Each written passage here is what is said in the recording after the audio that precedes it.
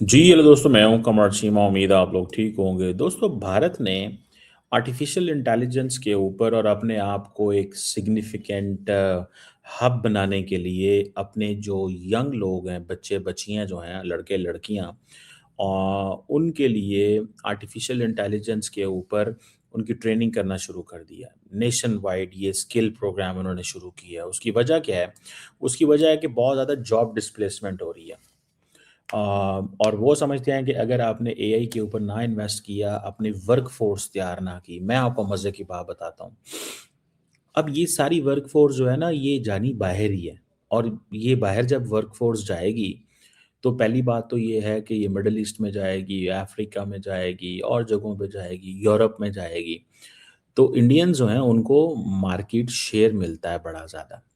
ये ऐसे ही है कि जैसे हमारी जो है लेबर फ़ोर्स जाती थी मिडल ईस्ट में, तो वो सिर्फ़ मज़दूरियाँ करने जाते थे, उनसे कुछ भी उन्हें करना नहीं आता था, वो कोई स्किल्ड लेबर नहीं थे। तो अब आप इमेजिन करें, एक है बिल्कुल आप कोई स्किल आपके पास ना हो और फिर उसके बाद क्या हो कि आप बीच में कुछ सेमी स्किल्ड किस्म की आपने कोई लेबर सीखी हो और फिर आपको आर्टिफ़िशियल इंटेलिजेंस पे चीज़ें चली जाएँ। तो ये तो हमारा तो आर्टिफ़िशियल इंटेलिजेंस बिल्कुल रॉ मतलब यार हमारे जैसे लोग जो हैं, जो पढ़े लिखे हैं मतलब you have to update yourself on this. ठीक है? तो बाकी जो लोग हैं उनके लिए तो क्या-क्या मुश्किलें मसाइल जो हैं वो आ जाएँगी। एक बात तो ये है। अब इन्होंने क्या किया है, ये बेसिकली इंडिया की जो इलेक्ट्रॉनिक एंड इंफॉर्मेशन टेक्नोलॉजी के मिनिस्टर हैं, अशवानी साहब, उन्होंने कहा है जी कि हम ग्लोबल एआई इम्पैक्ट को हुई समिट हुई थी, हो रही है, उसको ये स्टडी कर रहे हैं और अगले फरवरी में है कर रहे हैं, जहाँ पे वो समझ रहे हैं कि यूके, साउथ कोरिया और फ्रांस जैसे ममालिक जो हैं वो इसमें काम कर रहे हैं। और वो समझते हैं कि यूथ और एआई स्किल्स जो हैं अ, जो यूथ और एआई स्किल जो हैं उनको आपस में कैसे लिंक करना है, ठीक है? यूथ को एआई स्किल्स के साथ कैसे लिंक करना है, ठीक है जी? और दूसरी बात ये है कि एक तरफ ये चीज़ है, दूसरी तरफ क्या चीज़ है इसमें कि जो यंग लड़के-लड़कियाँ हैं, उनको पूरे इंडिया से ही ये निकालेंगे, ठीक है जी? और जो छोटे-छोटे बिज़नेसेस हैं, उनकी प्रोडक्टिविटी कैसे बढ़ानी है, आर्टिफ़िशियल इंटेलिजेंस को वर्क प्लेस में कैसे लेके आना है। और वो कह रहे हैं जी कि नरेंद्र मोदी ने ये कहा है कि हमने मेजर हब बनना है टेक्नोलॉजी का और कुछ $70 बिलियन जो हैं वो एआई डाटा सेंटर्स में साउथ एशिया के अंदर इन्वेस्ट होंगे जिसमें सारा पैसा वो ऑलमोस्ट कह रहे हैं कि इंडिया के अंदर आएगा। ये बात समझ रहे हैं मेरी? What I am saying? The India के अंदर $70 बिलियन इन्वेस्ट किए जा रहे हैं एआई डाटा सेंटर्स। तो यहाँ से आप अंदाज़ा लगा लें कि आपको इंडिया को कितने बड़े पैमाने पे ये चीज़ें चाहिए। इंडिया जो है वो इमर्ज कर रहा है एज़ ए हब इन जो वो जिसे कहते हैं ना ग्लोबल रेस आर्टिफिशियल इंटेलिजेंस की, ठीक है जी? और एक रैपिड डाटा सेंटर एक्सपेंशन हो रही है और ये जो एक्सपेंशन है, ठीक है ना जी? इसकी वजह से वो समझते हैं कि अ, हमें क्या किस-किस डायरेक्शन में जाने की ज़रूरत है। और ये डाटा सेंटर्स जो हैं वो अब सारा फ्यूचर इनके अंदर है। तो अगर इंडिया के अंदर $70 बिलियन इसमें इन्वेस्ट किया जा रहा है, अब इंडिया अपनी एआई स्ट्रैटेजी लेके आ रहा है। अब वो क्या कह रहे हैं कि जी हम टेक्नोलॉजी को डेमोक्रेटाइज़ करना चाहते हैं और जो इंडिया सेंट्रिक चैलेंजेस हैं और जो अपॉर्च्युनिटीज़ जो हैं और जो जॉब्स हैं आर्टिफ़िशियल इंटेलिजेंस की फ़ील्ड में उसको वो ये करना चाहते हैं। और इसमें एक वो मेरे ख़्याल है एक रिसेंटली स्टैनफोर्ड की एक एआई इंडेक्स रिपोर्ट आई थी। उन्होंने कहा था कि इंडिया जो है, वो दुनिया में लीड करेगा एआई टैलेंट एक्विज़िशन में, जहाँ पे जो एनुअल हायरिंग रेट है वो 33% है। तो ये सारे लोग अब ये क्यों कर रहे हैं? ये 1 मिलियन लोग जो है ना, ये पायलट प्रोजेक्ट है। इस पायलट प्रोजेक्ट में इन्होंने बच्चों को खींचना है। ये सारे यूरोप चले जाने हैं, अमेरिका चले जाने हैं, मिडल ईस्ट चले जाने हैं और कुछ इंडिया में रह जाएँगे। क्योंकि इंडिया के अंदर उस तेज़ी से देखिए वर्कफ़ोर्स तो वो दे सकते हैं, ठीक है ना जी? वर्कफ़ोर्स तो दे सकते हैं, लेकिन वो जो इंडस्ट्री में ट्रांसफ़ॉर्मेशन आनी है, वो तो नहीं आनी इतनी जल्दी। ठीक है ना जी? वो तो नहीं आनी। सो जो ग्लोबल साउथ है, जहाँ पे व्हाइट कॉलर जॉब्स जो हैं वो क्रिएट हो रही हैं, ठीक है जी? और ठीक है, वो समझते हैं कि डेवलप्ड वर्ल्ड में ज़्यादा होंगी, ग्लोबल साउथ में कम होंगी जॉब्स ये क्रिएट। और सो लिहाज़ा हमने ही लेके जाना है। सो वो सारी वेस्टर्न दुनिया आ रही है क्योंकि उनको ये पता है। अब फॉर एग्ज़ाम्पल यूरोप के अंदर सारी जो हैं कम्युनिटीज़ हैं या जो कनाडा है, वो क्या है? वो वेलफेयर सोसाइटी है। हुकूमत ने उनको खिलाना ही खिलाना है। हुकूमत वो पैटर्न नहीं बदल सकती। तो वो समझते हैं कि इन कंपनीज़ को भेजो डेवलपिंग कंट्रीज़ में जहाँ भूख है, जहाँ पे लोग तरक्की करना चाहते हैं, जहाँ पे लोगों को पैसे की तलाश है, जहाँ पे लोग हमारे पास आना चाहते हैं, तो एटलीस्ट ये 15, 20, 25 साल का साइकिल चल सकता है। 20 साल का साइकिल तो चल ही सकता है ना एटलीस्ट, जिनको ये लेके जाएँगे। और जो ग्लोबल साउथ जो है, जिसमें इंडिया वो समझ रहे हैं कि डोमिनेट कर रहा है क्योंकि इंडिया टेक्नोलॉजी पे पैसा लगा रहा है। ये तो देखें, ये हमारे लोगों को इस चीज़ पे काम करना चाहिए। और हमारे बच्चे कर रहे हैं, लेकिन इंडिविजुअल बेसिस पे कर रहे हैं। और ये जो जिसे वो कहते हैं ना अ, वो कॉग्निटिव जॉब्स हैं, नॉलेज ओरिएंटेड जॉब्स हैं। तो ये एक फैक्टर जो है वो मैं देख रहा हूँ, जो मुझे नज़र आ रहा है। ठीक है ना जी? कि आप एक तरफ ये चीज़ देखते हैं, ठीक है जी? अ, तो दैट इज़ अ पॉइंट जिसको मेरा ख़्याल है बहुत सारे लोग जो हैं वो मिसअंडरस्टैंड करेंगे। इंडिया जैसा मुल्क जो है, ठीक है, जहाँ पे वाइट कॉलर जॉब जो है, वो अगर ये स्टेम में यानी कि science, technology, engineering and mathematics में जिसे वो कहते हैं ना अभी कम है, फ्यूचर में ज़्यादा होंगे। ठीक है जी। और ये इसलिए वो कह रहे हैं कि इस ये क्योंकि यहाँ पे एक ट्रेंड है। मुझे recently I had a chance to interview a vice chancellor साहब का मुझे इंटरव्यू करने का मौका मिला। अच्छा, उन्होंने मुझे बड़ी इंटरेस्टिंग बात बताई।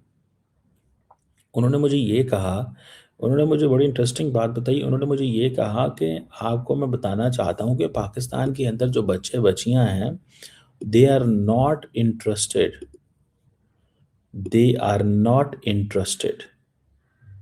ठीक है जी। किस शक्ल में? वो इंटरेस्टेड नहीं है कि साइंस में वो लेने के लिए, एडमिशन लेने के लिए। वो साइंस पढ़ने के लिए इंटरेस्टेड ही नहीं है। वो चाहते ही नहीं है कि उनके एडमिशन हो इन चीज़ों में।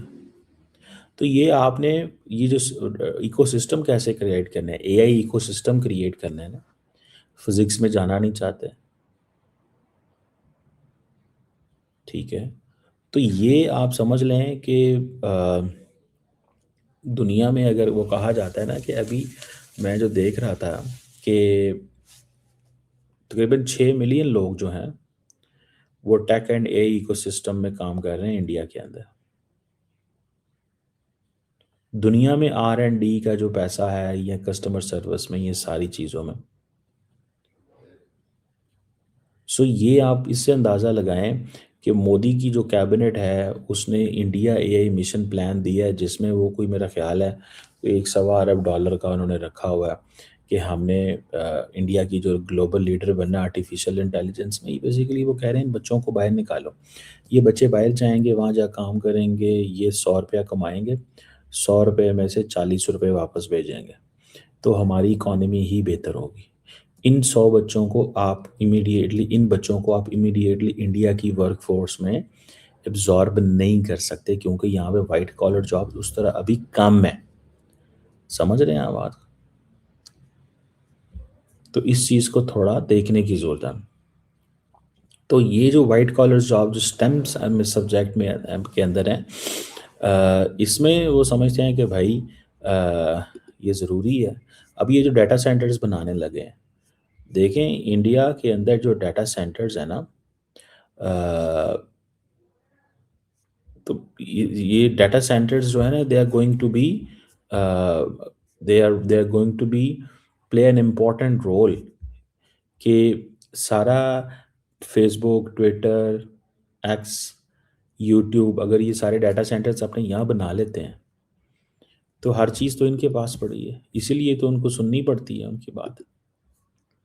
इसीलिए तो उनको सुननी पड़ती है उनकी बात, अदरवाइज तो वो नहीं सुनेंगे। सो ये एक चीज़ है। अब देखते हैं कि कैसे ये they will run the entire show, वो कैसे चलाएंगे और किस तरह चलाएंगे। I have still to see this, मुझे इस चीज़ को ज़ारी बात है अभी समझना है।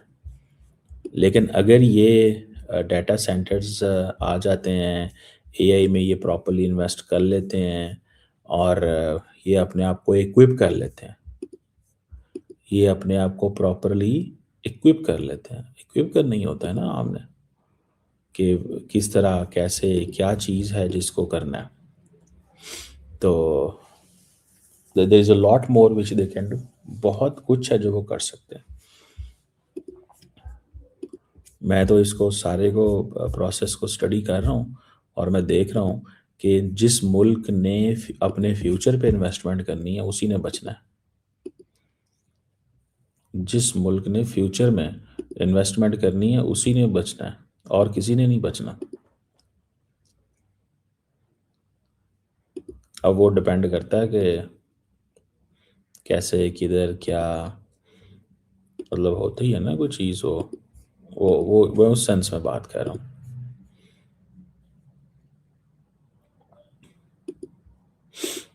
तो ये चीज़ जो है ना, दैट इज़ द बहरहाल वो देखते हैं कि एक एक वो जो इसे कहते हैं ना, एक एक फैक्टर है ये बहुत बड़ा, कि आपने अपने यूथ में पैसा लगाना है भैया, अपनी यूथ में पैसा लगाना है, हर कीमत पे लगाना है। और अगर आप ये नहीं लगा रहे यूथ में पैसा, और आप समझते हैं कि आप इग्नोर कर देंगे, आप अनपढ़ यूथ पैदा करेंगे, वो यूथ जो दुनिया की लेबर फोर्स का हिस्सा ही नहीं बन सकती। समझ रहे हैं बात? यानी कि दुनिया की लेबर फोर्स का वो ऐसी यूथ हिस्सा नहीं बन सकती। है ना एक सवाल, कि ये यूथ कैसे हिस्सा बनेंगी लेबर फोर्स में? अगर आपका जो बच्चा है, अगर फॉर एग्जांपल उसने स्टेम सब्जेक्ट नहीं पढ़ा, तो वो अमेरिका में H1B कैसे ले सकता है? तो ये हमारे यहाँ पे एक पूरी, मैं आपको एक बात बताऊँ, हमारी पॉलिटिकल क्लास ने, ख़ास तौर पे जो हमारे पिछले रूलर इमरान खान साहब थे यहाँ पे, उन्होंने बेसिकली एक बड़ा गंद किया है यहाँ पे। गंद उन्होंने ये किया है कि उन्होंने बेसिकली ये किया कि उन्होंने सारे लोगों को टिकटॉक पे लगा दिया, सोसाइटी को पोलिटिसाइज़ कर दिया, सारा टाइम यूथ, एस्टैब्लिशमेंट, फ़ौज, हुकूमत की लड़ाइयाँ शो कर दी। लोगों का ध्यान पॉलिटिक्स में पड़ गया है। असल पैसा तो इसमें नहीं है।